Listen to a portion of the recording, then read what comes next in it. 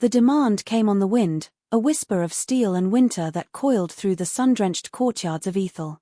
It was a promise of ruin delivered in the silken, unhurried script of a king who had seen empires turn to dust.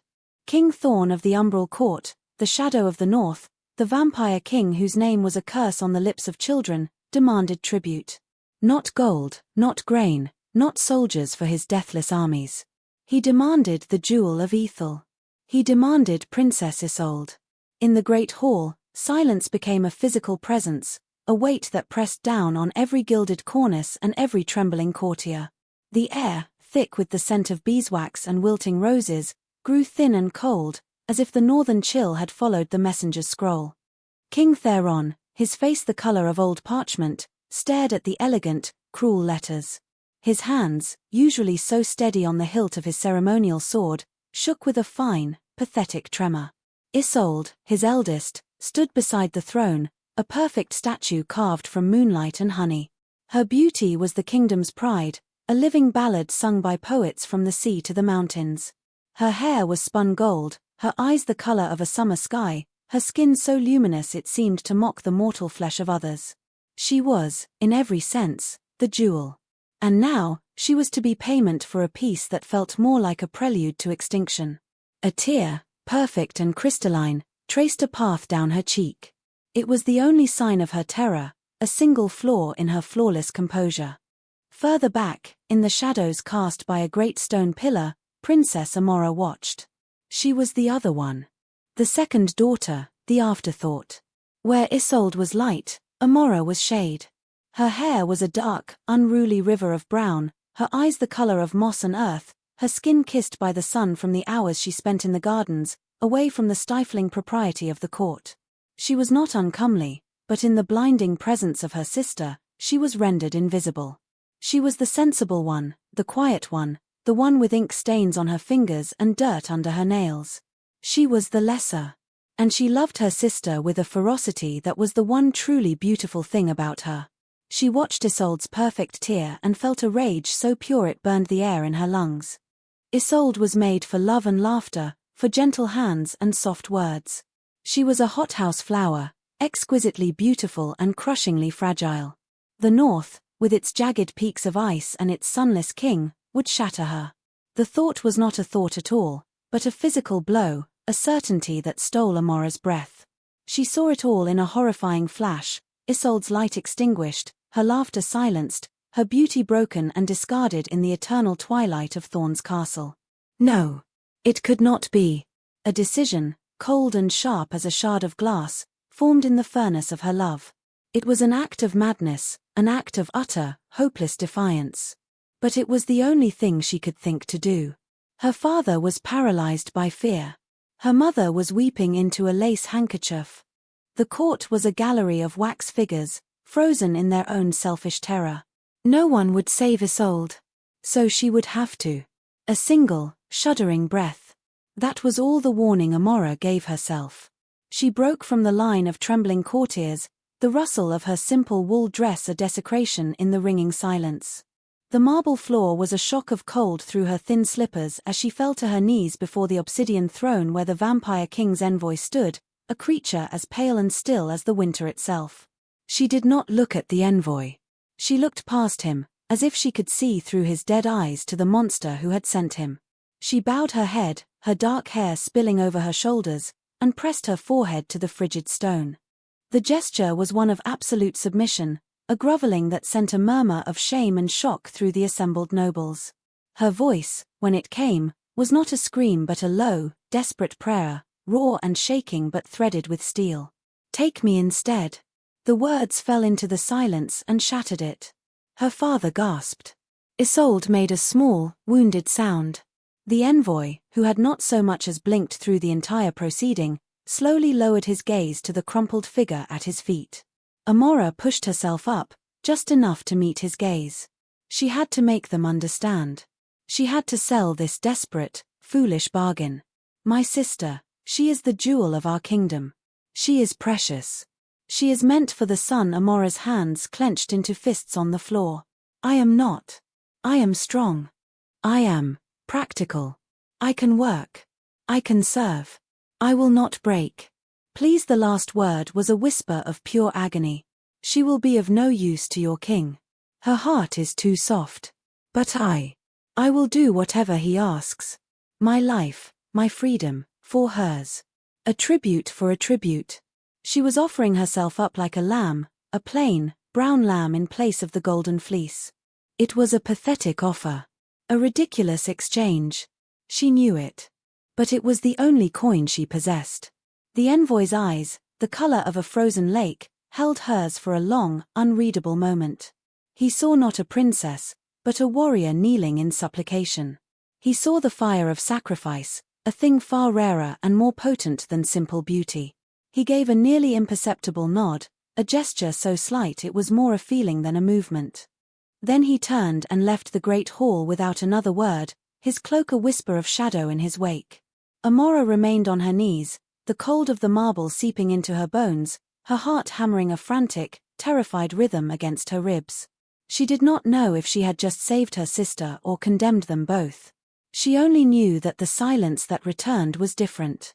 It was no longer the silence of fear. It was the silence of a held breath, waiting for the fall of a northern axe. And she, the lesser sister, had just placed her own neck upon the block. The departure was a hurried, shameful affair. There was no grand procession, no tearful farewells from a grateful kingdom. There was only the grim finality of a carriage, black as a starless night, waiting in the pre-dawn gloom. Her father could not meet her eyes, his gaze fixed on some distant point of honor he had long since abandoned.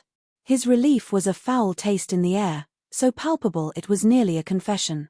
He was losing a daughter, but he was keeping his jewel. Amora understood, with a clarity that felt like a physical wound, that he considered it a worthy trade. Isolde was the only one who wept. She clung to Amora's hands, her own soft and useless, her sky-blue eyes clouded with a storm of guilt and terror. "Don't go," she whispered, her voice breaking. "Amora, please. We'll think of something else. We'll run." Amora gently disentangled her fingers. She smoothed a stray golden curl from Isolde's forehead, her touch a strange mixture of fierce love and profound resignation. "There is nothing else," she said, her voice steady, a borrowed strength she did not feel. "You were meant to be a queen in the sun. I was meant, for this. To make sure you get there." She tried for a smile, but it was a brittle, fragile thing. "Be happy, Izzy. For both of us." She did not look back as she climbed into the carriage. To look back would be to see her sister's face, and that would break the iron wall she had built around her heart. The door closed with a heavy, final thud, sealing her in darkness. The interior was lined with black velvet that seemed to drink the meager light. It was unnervingly silent, the wheels making no sound on the cobblestones as they began to move. She was alone. Utterly, terrifyingly alone. The journey north was a slow erasure of the world she knew. The rolling green hills of Ethel flattened into stark, windswept plains. The sun, a familiar, friendly warmth, became a pale, distant disk in a sky the color of slate. The air grew thin and sharp, tasting of pine and ice. They traveled for 6 days, stopping only when the strange, silent driver brought her a tray of food she could not bring herself to eat. He never spoke. He never looked at her. He was less a man and more a function, an extension of the will of the king who had summoned her. On the 7th day, the mountains began to rise from the horizon, jagged teeth of black rock capped with eternal snow. They climbed into a land of shadow and echo, where the wind whispered through skeletal trees and waterfalls hung frozen in mid-air like captured ghosts. Amora pressed her face to the cold glass of the window, her breath misting the pain. This was his kingdom. A land of brutal, breathtaking beauty, as unforgiving and magnificent as the stories told of its master. The castle appeared as if by magic, not built upon a mountain but carved from its very heart. It was a fortress of obsidian and ice, a cluster of sharp, elegant spires that clawed at the perpetually overcast sky. It did not loom, it commanded. There was no sign of life, no guards on the battlements, no banners snapping in the wind. But Amora felt 1,000 unseen eyes upon her. The carriage passed through an archway of colossal, carved stone and into a silent, snow-dusted courtyard. The silence here was different from the silence of the court. It was not the absence of sound, it was the presence of something ancient and patient. The carriage door opened. The same silent driver offered a gloved hand. Amora ignored it, gathering her simple cloak around her and stepping out onto the ground. The cold was immediate, a living thing that bit at her skin and stole the air from her lungs. She looked up, and up, at the impossible architecture, at the dark heart of her new prison. And then she saw him. He was standing at the top of a wide flight of stone steps, framed by the massive, iron-banded doors of the keep. He was not what she had expected. The tales spoke of a monster, a creature of nightmare and fang. The man before her was tall and unnervingly still, dressed in clothes as black as a raven's wing. His hair was the color of polished silver, a stark contrast to the youth of a face that was all sharp angles and severe, aristocratic beauty. But it was his eyes that held her. They were the color of twilight, a deep, fathomless violet, and they held the chilling weight of centuries. He was watching her, not with hunger or cruelty, but with a detached, academic curiosity, as if she were a curious new specimen he had acquired for his collection. This was King Thorn. Amora's heart, which had been a frantic bird in her chest for a week, suddenly went still. All the fear, all the panic, coalesced into a single, hard point of resolve. She had made her bargain. She would not disgrace it with trembling fear. She would not give him the satisfaction of a weeping, broken victim. She met his ancient gaze, lifted her chin, and began to walk up the steps, each footfall a small, defiant echo in the vast, waiting silence of his court. She was the substitute, the lesser prize. But she would not be nothing. Thorn watched her approach, a flicker of something akin to surprise in his ageless eyes. He had expected a cowering mouse, a tear-streaked girl dragged from the carriage. He had certainly not expected this. This quiet dignity. This defiance. He had agreed to the trade out of a moment's perverse curiosity. The girl's desperate courage had been a novel interruption in a century of predictable, groveling diplomacy. He had imagined she would be a more interesting, if less beautiful, plaything than her sister. A martyr, perhaps, whose pious suffering might provide a brief diversion. He had not expected her to meet his eyes. She stopped on the step below him, forcing him to look down, yet somehow the angle did not diminish her. She was close enough now that he could see the faint smattering of freckles across the bridge of her nose, a dusting of sun on a face that belonged in this land of eternal twilight. She smelled of winter air and something else, something green and alive. "Your Majesty," she said. Her voice was low and clear, without the quaver he had anticipated. She did not curtsy. She simply stood, a small, dark figure against the backdrop of his immense, silent castle, waiting. The silence stretched. Thorn let it, a tool he had honed over centuries to unnerve kings and break ambassadors. He used it now to measure her. He watched for the tremor in her hands, the flicker of fear in her earth-brown eyes, the instinct to bow her head in submission. None came. She simply waited, her gaze unwavering. It was intriguing. "You are not what I was promised," he said finally, his voice a low resonance that seemed to vibrate in the very stones beneath her feet. It was the first time she had heard him speak, a voice like crushed velvet and falling night. Amora's chin lifted another fraction of an inch. "No, Your Majesty. I am not. Your prize was too precious to be surrendered. I am the price that could be paid." There was no self-pity in her tone, only a statement of fact, as cold and hard as the mountain around them. A slow smile touched Thorn's lips, a subtle, dangerous curving of his mouth that did not reach his eyes. Ethel values its jewels, it seems, more than its iron. He turned, his black cloak swirling around him like smoke, and gestured toward the open doors. "Come. The price must be brought inside." The great hall was a cavern of shadow and starlight. The ceiling was a vault of black marble inlaid with what looked like actual constellations, glowing with a soft, silver light. There were no torches, no fires, only this cold, celestial luminescence. The air was still and frigid, carrying the scent of cold stone and old paper. It was beautiful, but it was the beauty of a tomb.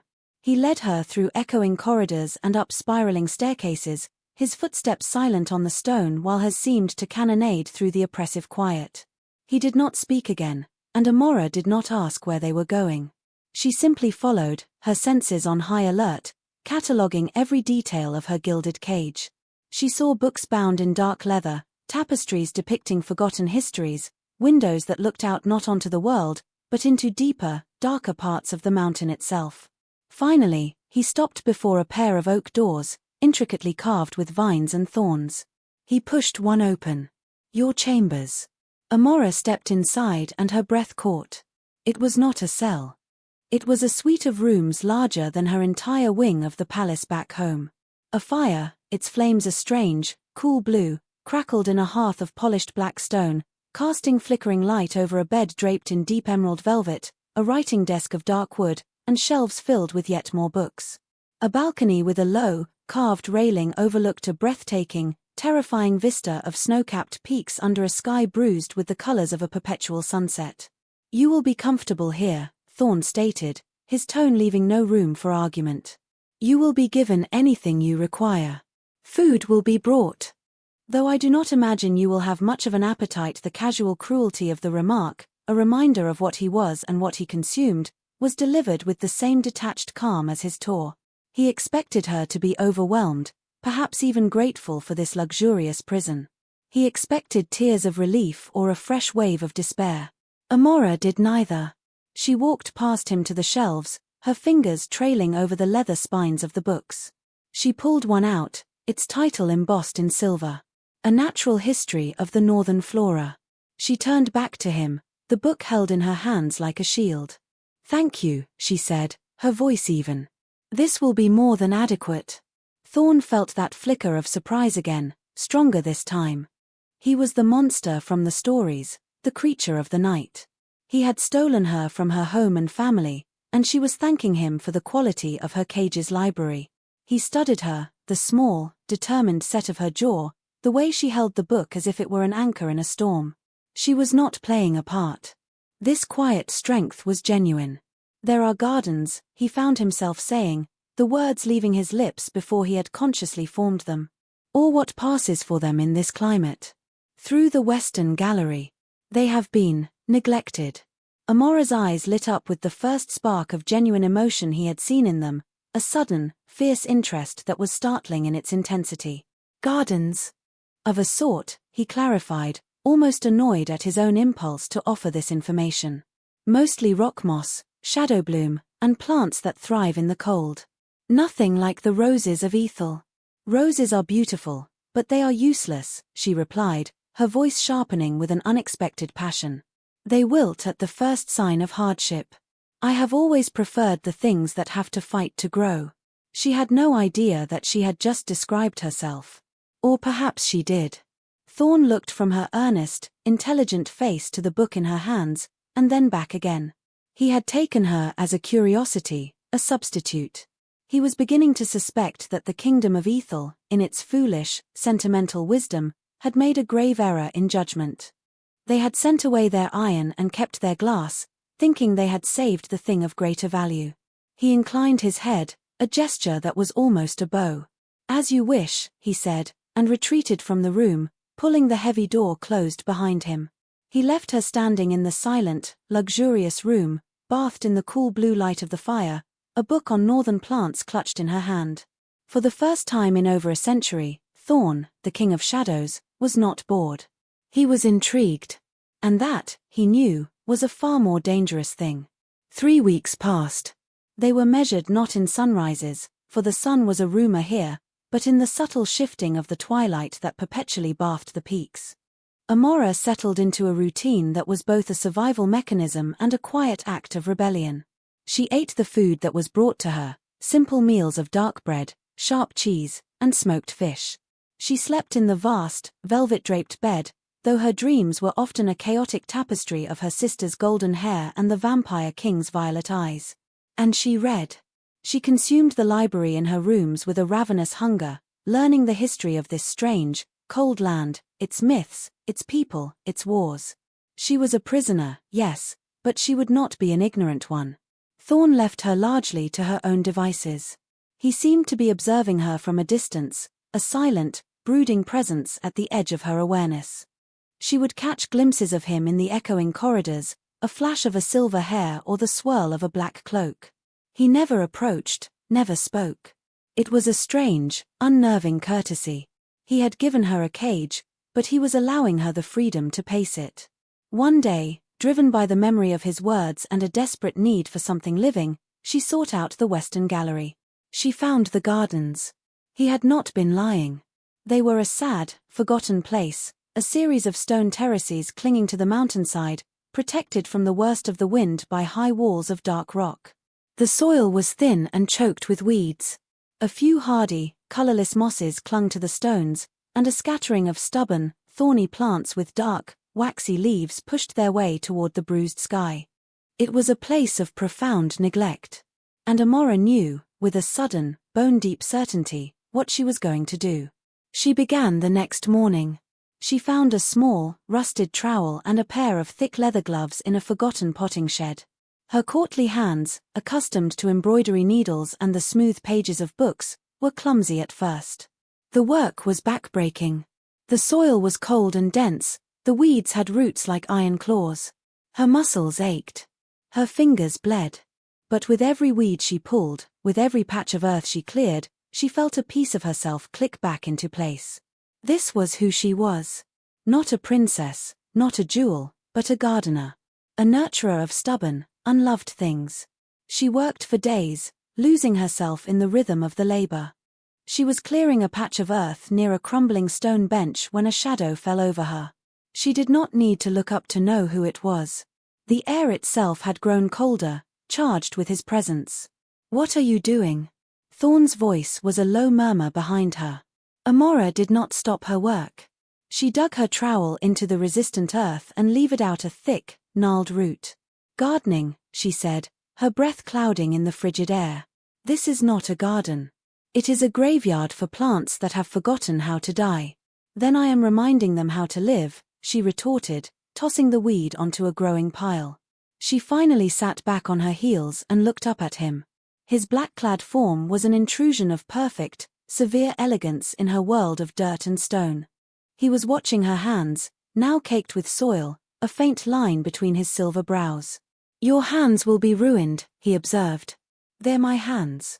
They're for doing things, not just for looking at." She gestured with the trowel to the cleared patch of earth. "The soil is poor, but it's not dead. It just needs care. There are dormant seeds here. Shadowbloom, he told me they were called. And frost thorn. They can grow, if they're given a chance."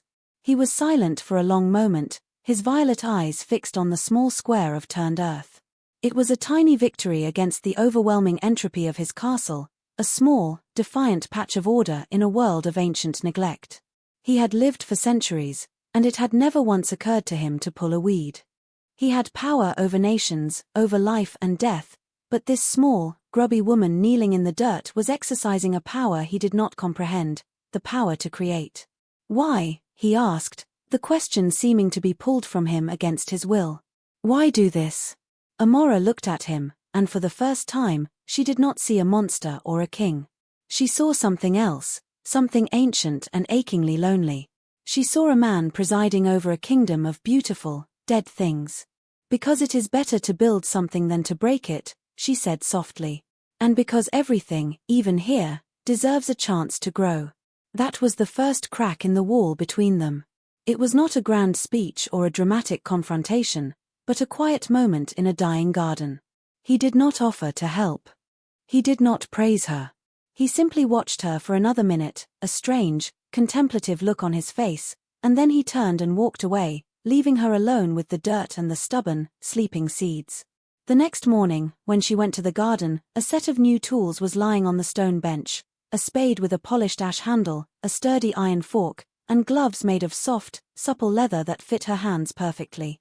There was no note. There was no explanation. There was only the silent, startling acknowledgement. He was watching. And he was, in his own way, listening. The library became their neutral ground. It was a vast, circular room, 2 stories high, with shelves that groaned under the weight of millennia. The air smelled of vellum, leather, and dust, a scent Amora found more comforting than any perfume. She spent most of her time there, and it was there he began to seek her out. He would appear without a sound, a shadow detaching itself from the deeper shadows between the shelves, and find her curled in a worn leather armchair, a heavy tome open in her lap. At first, their conversations were stilted, cautious explorations. He would ask what she was reading. She would ask him about a passage she did not understand, a reference to a forgotten battle or a dynasty that had crumbled to dust 1,000 years before she was born. He was a living library, a repository of history she could not have imagined.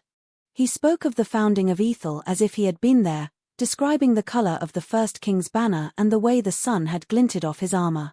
He spoke of politics and philosophy, of art and war, with the weary, encyclopedic knowledge of one who had seen it all, time and time again. Amora, in turn, was a surprise to him. She did not ask him the questions he was used to, questions born of fear or morbid curiosity about his nature. She did not ask how many he had killed or what it was like to drink blood. Instead, she asked him why. Why had he allied with the Sunstone Empire in the Third Age? Why had he commissioned the northern frescoes from a disgraced Florentine artist? She engaged with his mind, not his monstrosity. One evening, she found a book on celestial cartography. The star charts were complex and beautiful. The ceiling in the great hall, she said, not looking up from the page as he materialized near her chair. It's not just decoration, is it? It's a real map of the heavens. It is, he confirmed, his voice a low rumble. As they were, 10,000 years ago. The constellations shift, over time. Why that specific night? She asked, tracing a silver spiral with her finger. He was silent for so long she thought he would not answer. When he finally spoke, his voice was different, stripped of its usual ironic distance. It was the night I was made. Amora looked up at him. The cool, magical light of the library's enchanted globes softened the sharp planes of his face, making him look younger, more vulnerable. She saw not the vampire king, but the man he had been, 10,000 years ago, on the night his world had ended and begun again. I'm sorry, she whispered, the words inadequate but heartfelt. Thorn gave a short, mirthless laugh. Do not be. Pity is a useless emotion. He walked to one of the high-arched windows that looked out into the mountain's dark heart. I was a scholar. A prince of a kingdom whose name is no longer even a memory. I sought knowledge above all else. I made a bargain for eternal life, believing it would grant me eternal time to learn. And did it? Amora asked gently. He turned from the window, his violet eyes seeming to absorb all the light in the room. It gave me eternal time, he said, his voice flat. But I had forgotten that knowledge is meaningless without connection. It is just data. A collection of facts in a cold, empty room. I have read every book in this library 100 times. I have seen civilizations rise and fall like the tide. And I have been utterly, profoundly alone through all of it. It was a confession of such staggering loneliness that it left Amora breathless. She saw him then, truly saw him for the first time, a prisoner just as surely as she was, but his cage was infinitely larger, built of time itself. He had taken her to assuage his boredom, but what he truly craved was not a distraction, but a witness. Someone to see him, the man buried beneath the monster and the king. She closed the book and set it carefully aside. Tell me, she said, her voice soft but firm. Tell me the name of your kingdom. He looked at her, and for a fleeting, impossible moment, the ancient weariness in his eyes was replaced by a flicker of something like hope. And so he did. He spoke a word in a language long dead, a name that tasted of sunlight and sea salt and a life he could barely remember. And Amora listened, and in that vast, silent library, surrounded by the ghosts of 10,000 years, a fragile, impossible bridge was built between them, spun from the shared thread of their solitude. Amora began to see the other side of him, the king beneath the captor. She had asked for access to the castle's archives, a request he had granted with a raised eyebrow and a flicker of amusement. She spent her days there, amidst the dry, dusty scent of aging paper, piecing together the true history of the Umbral court. It was not the blood-soaked chronicle of horror she had been taught to expect. There were treaties, trade agreements, and letters of state. There were records of famine relief sent to struggling mountain villages, judicial rulings that showed a surprising degree of fairness, and architectural plans for aqueducts and granaries. He was not just a predator, he was a ruler. A steward of his cold, hard land and its pale, quiet people. One afternoon, she was returning from the archives when she heard voices coming from a chamber off the main hall. The doors were slightly ajar. Curiosity, a trait she had in abundance, compelled her to stop and listen. Inside, Thorn was holding court. It was not a grand affair like her father's, filled with pomp and flattery. There were only 2 others present, gaunt-faced men with the hard, weathered look of the northern mountain clans. They stood before him, their heads bowed not in terror, but in respect. "The ice flows have shifted early, my king," one of the men was saying, his voice rough. "It has cut off the eastern pass. The village of Greyfell will be without supplies before the next moon." Thorn stood before a massive map carved into the surface of a stone table.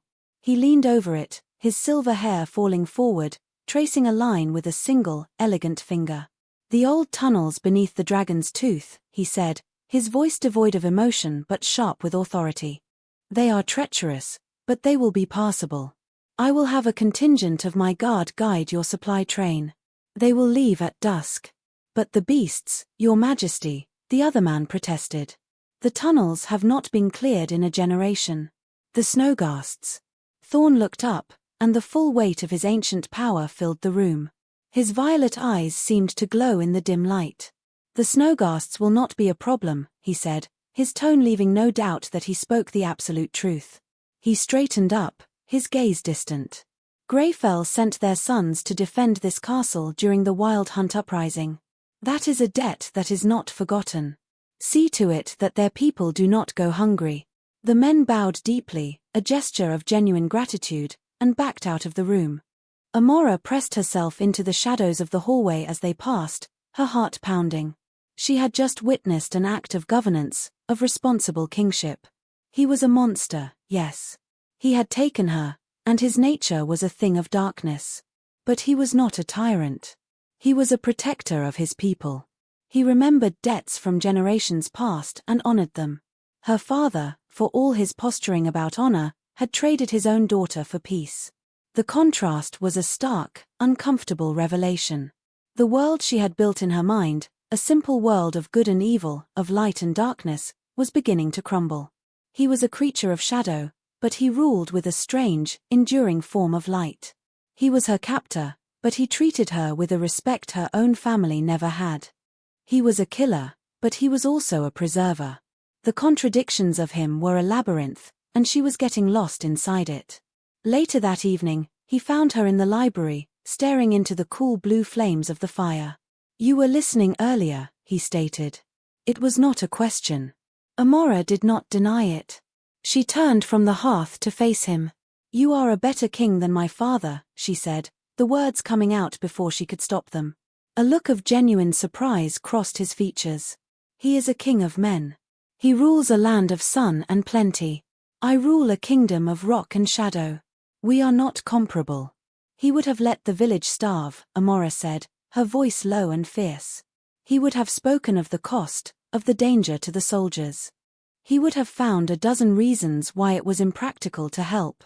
He would have let them die and called it prudent governance." She shook her head, a deep, bitter anger rising in her. "You call it a debt. He would have called it a poor investment." Thorn regarded her, his head tilted. "You are not fond of your father." "I am fond of my sister," she corrected him. My father is a king who polishes his crown but forgets his people. He cares for the appearance of strength, not the act of it. He would sacrifice anyone, anything, to protect his own comfort." The unspoken accusation hung in the air between them. "He sacrificed me."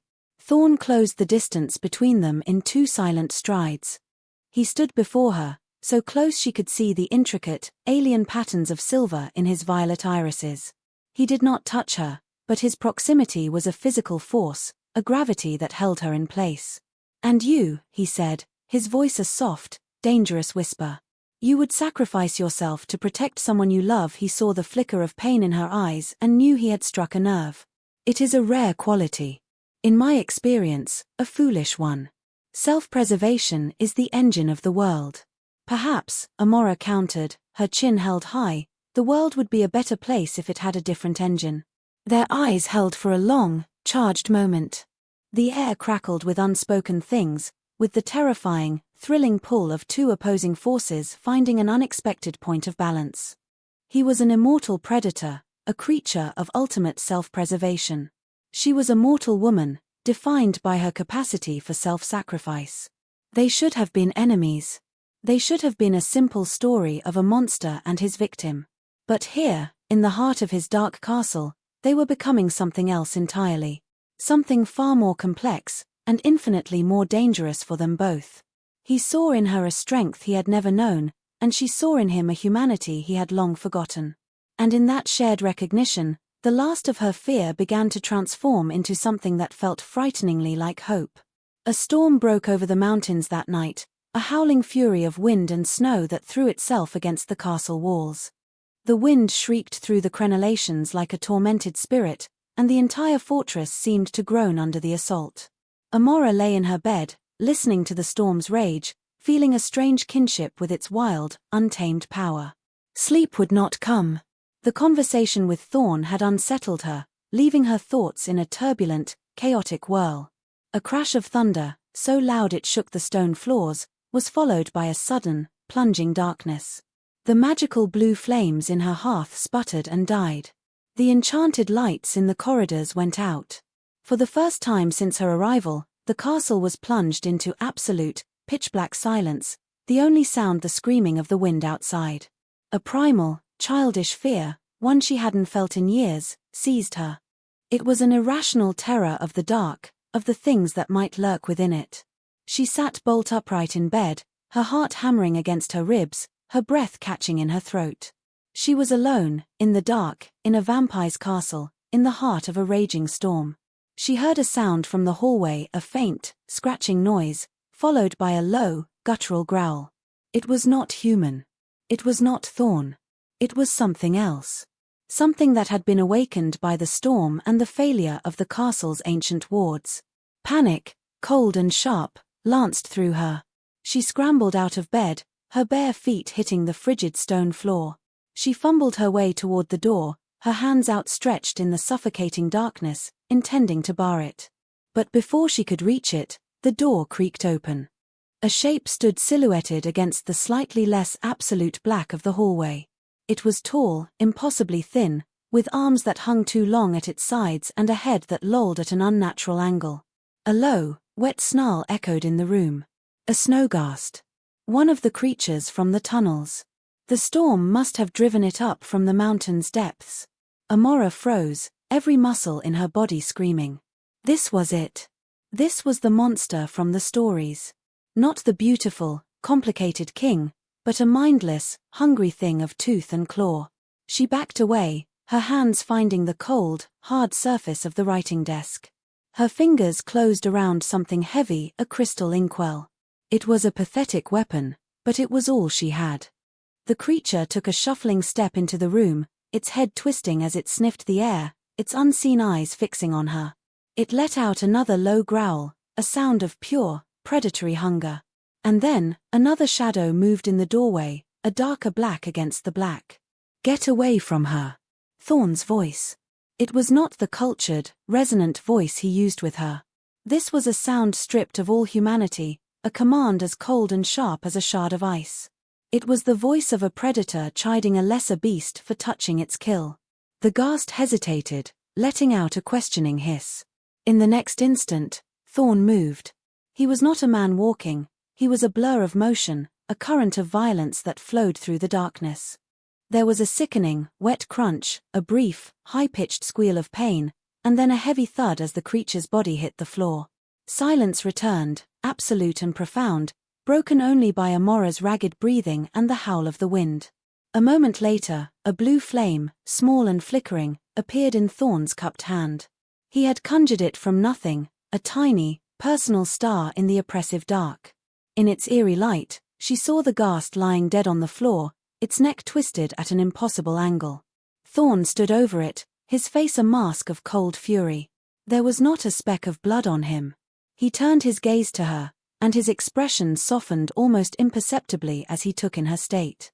She was backed against the desk, clutching the inkwell like a dagger, her eyes wide with terror, her nightgown a pale splash of white in the gloom. He took a step toward her, and she flinched. He stopped immediately, the magical flame in his hand casting long, dancing shadows on his face. "I am not going to harm you," he said, his voice regaining its familiar, controlled cadence. "What was that?" she whispered, her voice trembling. "A pest," he said with dismissive contempt. "The storm sometimes disturbs them. The castle's wards should have kept it out. They must be failing." He looked at her again, at the way she was shivering, and a flicker of something unreadable crossed his face. He walked not to her, but to the large, carved chest at the foot of her bed. He opened it and pulled out a heavy cloak, one lined with dark fur. He walked back to her, moving slowly, deliberately, as if approaching a frightened animal. He did not speak. He simply held the cloak out. After a moment's hesitation, Amora dropped the inkwell, the crystal making a sharp clatter on the floor. She allowed him to drape the heavy garment over her shoulders.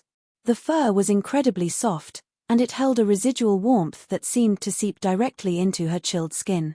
It smelled faintly of him, of cold stone, old books, and something else, something uniquely his, a scent of winter night and ancient power.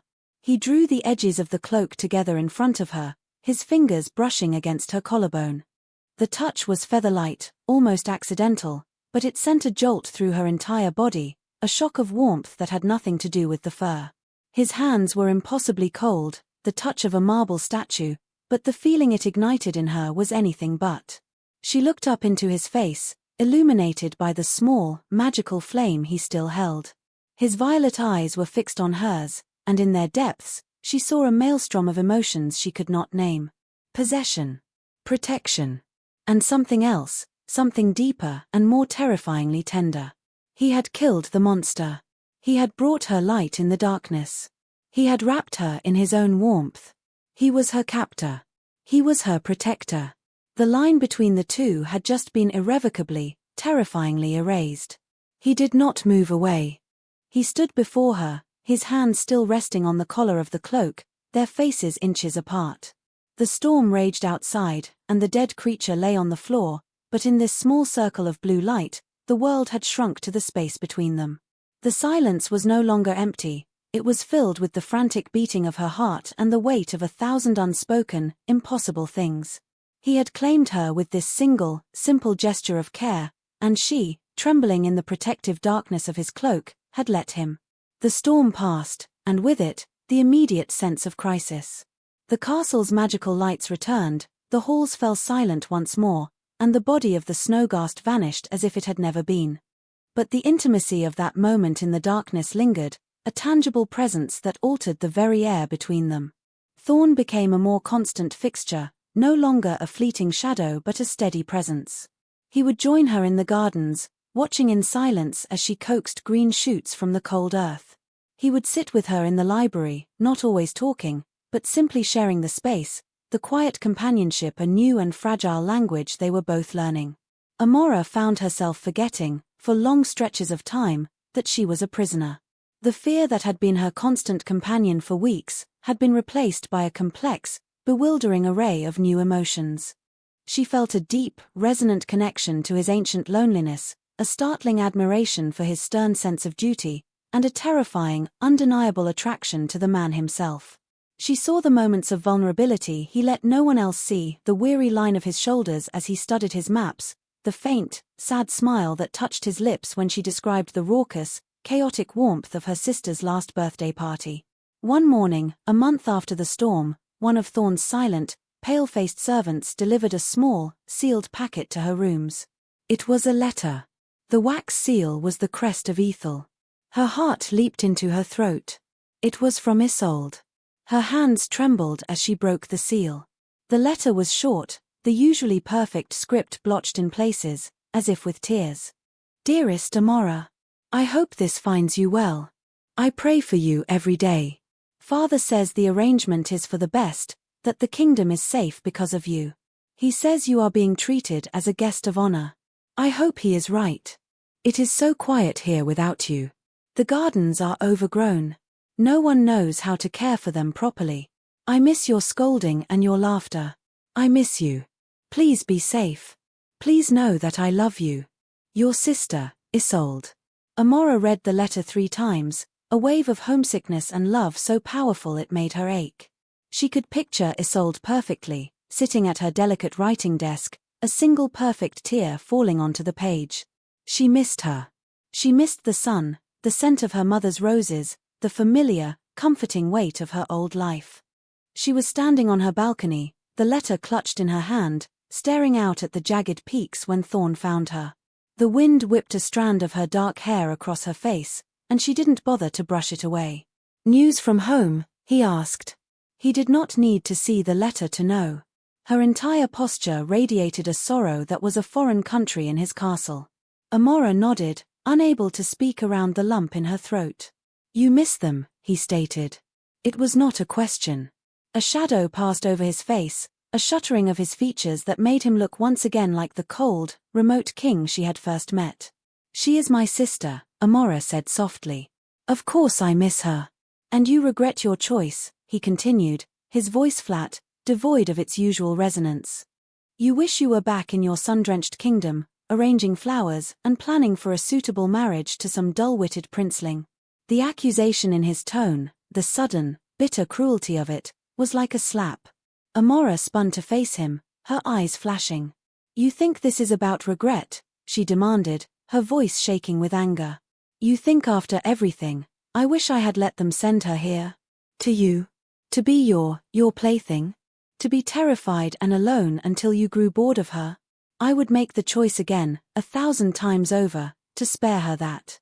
And what of you? He pressed, taking a step closer, his form blocking out the pale light. Are you not terrified and alone? I am not Isolde, she cried, the words torn from her.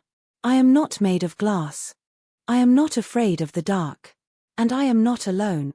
The final words hung in the air, a confession she had not meant to make. The anger drained out of her as quickly as it had come, replaced by a horrified realization of what she had just admitted. She looked at him, her heart pounding, and saw that his face was a storm of conflicting emotions. The cold mask was gone, replaced by a raw, naked vulnerability that mirrored her own. He thought she wanted to leave. He believed that, given the chance, she would flee back to her old life without a second thought. He saw her love for her sister as a rejection of him, of this strange, fragile world they had built together.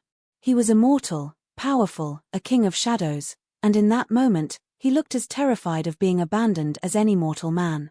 Amora, he began, his voice rough with an emotion she couldn't decipher. But she didn't let him finish. She couldn't bear the chasm that had opened between them. Before she could think, before she could lose her nerve, she closed the distance between them, rose up on her toes, and pressed her lips to his. It was a kiss born of desperation and a fierce, defiant tenderness. His lips were cold as marble, but the shock of it was electric. For a moment, he was utterly still, frozen in surprise. Then, with a low sound deep in his chest, a groan that was equal parts agony and relief, he responded. His arms came around her, pulling her tight against him, and his mouth softened against hers. The kiss deepened, changing from a desperate plea to a conversation, a discovery. It was not the kiss of a monster claiming his victim. It was a kiss of devastating, heartbreaking equality. A meeting of two solitudes, a collision of shadow and a stubborn, earthy light. When they finally broke apart, they were both breathless. Amora rested her forehead against his chest, the cold of his body a strange comfort. He stroked her hair, his touch infinitely gentle. The letter from Isolde was still crumpled in her hand, a fragile link to a life that no longer felt like her own. She had come here to save her sister, but somewhere in the darkness, in the silence, in the shared intimacy of a dying garden and a forgotten library, she had accidentally, impossibly, saved herself. And in doing so, she had found something she had never known she was looking for. The arrival of the royal delegation from Ethel was unannounced. They came in a gilded carriage that looked garish and foolish against the stark black rock of Thorn's domain, their bright silks and polished armor an affront to the monochromatic landscape. Amora saw them from the library window, a knot of dread tightening in her stomach. She knew, with a sick certainty, why they were here. Thorn was summoned, and he requested her presence in the great hall. She walked at his side, not behind him, a small but significant shift in their dynamic that was not lost on the pale, silent servants who watched them pass. She had shed her simple wool dress for one of deep emerald velvet that he had gifted her, a color that brought out the green in her moss-colored eyes. She wore no jewels, save for the fierce, protective set of her jaw. They entered the hall to find her father, King Theron, standing in the center of the vast, starlit chamber. He was flanked by his guards, and standing slightly behind him, looking small and terrified, was Isolde. Her golden hair was a beacon of sunlight in the gloom, her sky-blue dress a painful reminder of the world Amora had left behind. King Theron puffed out his chest, attempting a posture of regal authority that looked merely pompous in the intimidating grandeur of Thorn's hall. "King Thorn," he began, his voice attempting a boom that only resulted in a weak echo. "I have come to correct a grave error." Thorn did not move. He stood beside his throne, a silent, obsidian pillar of a man, his violet eyes fixed on the visiting king. He did not invite them to be seated. He did not offer any pleasantries. He simply waited. Emboldened by the silence, her father continued, his words slick with a practiced, political charm. "A misunderstanding. My youngest, in a fit of overwrought, sisterly affection, offered herself in place of her elder. A noble, if foolish, gesture. But the tribute demanded was the jewel of Ethel. My daughter, Isolde." He gestured grandly toward the Golden Princess, who flinched at the attention. "I have brought her to you now, to fulfill our agreement. The true tribute. You may return the substitute. There will be no harm done, no slight perceived. We shall consider the matter closed." He smiled, a smug, self-satisfied expression. He believed he was being magnanimous. He was offering Thorn the prize he had originally wanted, condescending to take back the lesser goods. He spoke of Amora as if she were a faulty piece of merchandise, a thing to be exchanged. Amora felt a humiliation so profound it threatened to suffocate her. She could feel the eyes of her father's guards on her, could feel Isolde's pitying gaze. In this moment, she was once again the shadow, the afterthought, the price that could be paid and, apparently, refunded. She stared at the floor, her hands clenched into fists at her sides, waiting for Thorn's inevitable agreement. Of course he would agree. Why would he keep the plain, brown sparrow when the golden songbird was finally in his grasp? He had gotten what he wanted from her, a cure for his boredom. Now the real prize was here. She braced herself for the dismissal, for the cold words that would send her back to a home that had never truly felt like one, to a life of invisibility and quiet desperation. And then, Thorn laughed. It was not a loud sound. It was a low, dark chuckle that seemed to come from the very depths of the mountain. It was a sound of pure, incredulous amusement, and it cut through her father's smug pronouncements like a scythe. King Theron's smile faltered. "Your Majesty." Thorn moved. He stepped down from the dais and walked to where Amora stood, frozen in her misery. He reached out and, taking the heavy, fur-lined cloak from the back of his throne, he draped it around her shoulders. It was the same cloak from the night of the storm, the same gesture of possession and protection. He drew it closed, his fingers brushing her throat, and then he left his hand resting on her shoulder, a firm, proprietary weight.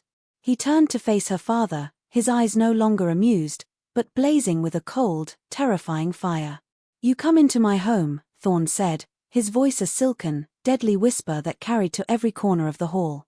"You stand on my stone. And you offer me this." He flicked his gaze contemptuously toward the trembling Isolde, who looked as though she might shatter. "You offer me glass," he said, his voice dropping even lower, yet gaining in intensity, "when I already hold the diamond." The words struck the hall with the force of a physical blow.